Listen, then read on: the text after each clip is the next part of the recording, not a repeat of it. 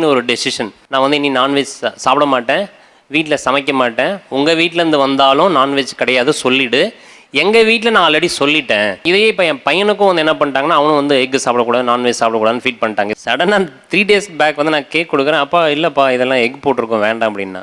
நான் சொன்னேன் எக்கும் கேக்குமா அப்படின்னு. ஆமான்னு சொன்னால் சரி நான் ஓகே அக்செப்ட் பண்ணிட்டேன். செகண்ட் வந்து இப்போ பேரண்ட்ஸ் வந்து என்ன நினைப்பாங்க அப்படின்னா, சரி பொண்டாட்டி பேச்சை கேட்டுக்கிட்டு இவனும் இருக்கான் அப்படின்ற மாதிரி தாட்ஸ் வந்து டெஃபினட்டாக வரும். ஆக்சுவலாக அப்பா வந்து வள்ளலாரோட ஃபாலோவர். எதாச்சும் ஒரு நான்வெஜ் ரிலேட்டடாக ஒரு வீடியோ பார்த்தேன். ஸோ அப்பயே அது எனக்கு வந்து ரொம்ப டீப்பாக அந்த பாவம் எல்லாம் நம்மளுக்குள்ள பதியும், அந்த கஷ்டம் வந்து நம்மளுக்கு வரும் அப்படின்னு சொல்லி ஸ்பிரிச்சுவாலிட்டிக்குள்ளே போனது 1.5 year ஃபாலோ பண்ணிகிட்ருக்கேன். ஸோ இதை நான் வந்து என் குழந்தைக்கும் எடுத்துகிட்டு போகிறேன்னா எனக்கு வந்து மாற்றம் எனக்குள்ளே நிறையா வந்திருக்கு. பயங்கரமாக கோவப்படுவேன், போட்டு உடைப்பேன்.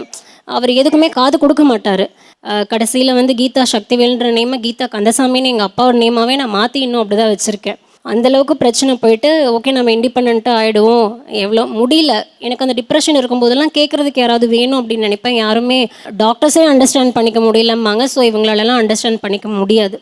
ஸோ அப்போ பேரண்ட்ஸும் என்னை புரிஞ்சிக்கல. என்னென்னா அவங்க வந்து பேய் பிடிச்சிருச்சு என் பொண்ணுக்கு, இந்த மாதிரி தான் பண்ணாங்களே தவிர எனக்கு என்னன்றது அவங்க வந்து பார்க்கல. யாருக்குமே புரியலன்றப்போ நான் எங்கே போகிறதுன்னு தெரியல. கடைசியில் எனக்கு டிவைன் கிட்ட தான் போக முடிஞ்சது. எனக்கு வந்து அவர் கூட இன்ட்ராக்ட் பண்ண ஆரம்பித்தேன். ஸோ அங்கே எனக்கு பீஸ்ஃபுல் கிடச்சிது. வள்ளலார் அவருடைய கான்செப்ட் வந்து ஜீவகாருண்யம், அன்பு தயவு கருணை.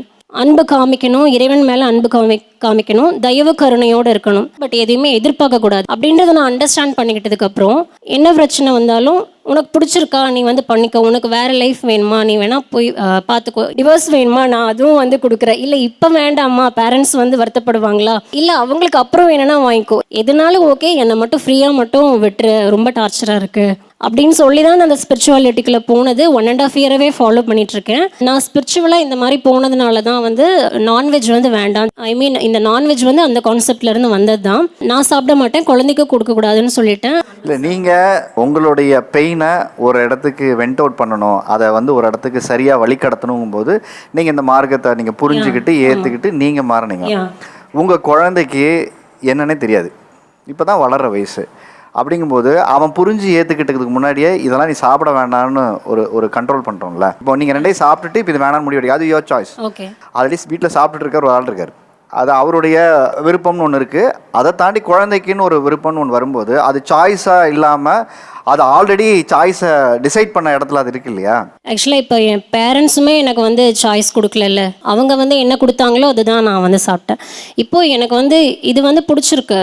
நான் ஐ மீன் ஒரு உயிரை கொல்ல வேண்டாம் அப்படின்றது எனக்கு பிடிச்சிருக்கு. அது நல்ல விஷயமா எனக்கு படுது. அது யாருமே தப்புன்னு சொல்ல முடியாது. ஒரு 5 அறிவு ஜீவன் 4 அறிவு ஜீவன் இதெல்லாம் சாப்பிடும்போது நம்மளுக்கு வாய் பேச தெரியுது, ஐயோ என்னை விட்டுருங்கன்னு கத்த தெரியுது. அவங்களுக்கு அது தெரியல. அது மட்டும்தான் கழுத்தை அறுக்கும்போது அந்த பெயின் வந்து நான் போய் ஒரு டைமும் நானாக தான் வெளியில் போய் வாங்கிட்டு வருவேன் கடையில் போயிட்டு. அப்போ அந்த கோழி அந்த இடத்துல இருக்கும், நான் இப்போ 1 kg கொடுங்கும் போது அது செத்து போயிடுது என்னால். அப்படின்றது பெயின் என்னால் தாங்க முடியல. ஸோ அதனால என் குழந்தைக்கு எதுவுமே தெரியாது. நான் ஒரு 2 times தான் சொன்னேன், இந்த மாதிரி கழுத்தை அறுத்தா உனக்கு ஓகேவாடா தங்கம் இப்படி. நான் ஒரு 2 days தான் அவன்கிட்ட நான் சொன்னேன். அவனை நான் ரொம்ப கம்பல் பண்ணல, புஷ் பண்ணல, எதுவுமே பண்ணலை. இப்போ யாராவது கேக் வந்து சாப்பிட்டாலும் எக்லெஸ்ஸாக சாப்பிட்லாம் அப்படின்னா அவன் வந்து எக்கோட கொடுத்துட்டாங்கனாலும் இல்லை வேண்டாம் அப்படின்னு சொல்லி இப்படி வாயை க்ளோஸ் பண்ணிக்குவான்.